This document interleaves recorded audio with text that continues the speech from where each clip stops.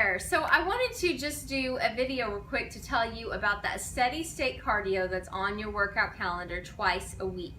A few of you asked me about it, so I just wanted to explain it a little better. So why that's on there is because the 4 workouts that I have for you throughout the week, if you haven't noticed, are very strength-based.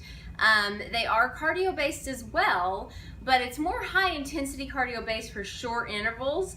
And so I want to encourage you, don't skip those 2 days that have steady state cardio. They are there for a reason. They are not just a filler. They're there because I believe in them. Ever since I've started adding steady state cardio into my life, my just many areas of me have grown, even spiritually speaking, because that's a great time for you to kind of be alone with the Lord and hear Him and not have someone else talking to you. But also just cardiovascular wise for our heart health, which again, we do all these things, yes. One of the fruits of working out is you're going to lose weight, because that's just what our body does when we start moving and becoming more active, one of those built-in God-given things. But the other beauty of that steady state cardio is it's working your heart.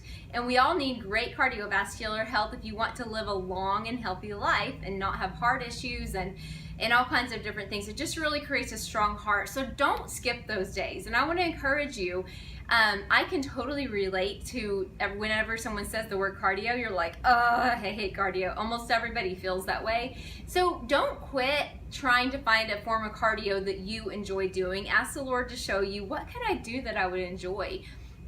Maybe I've always hated running, and you know, maybe if you start listening, for me, I hated running, but when I started listening to Christian music and started listening to Revelation Wellness's Revving the Word podcast, it's music and God's Word built in, then now I love running. I actually look forward to running more than anything now because it's really my quiet time with God.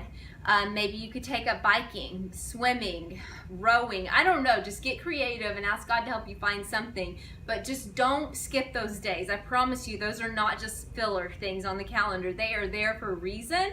They're even strategically placed on when you do them on the calendar based on the other workouts that I've written. And so please don't skip those, okay?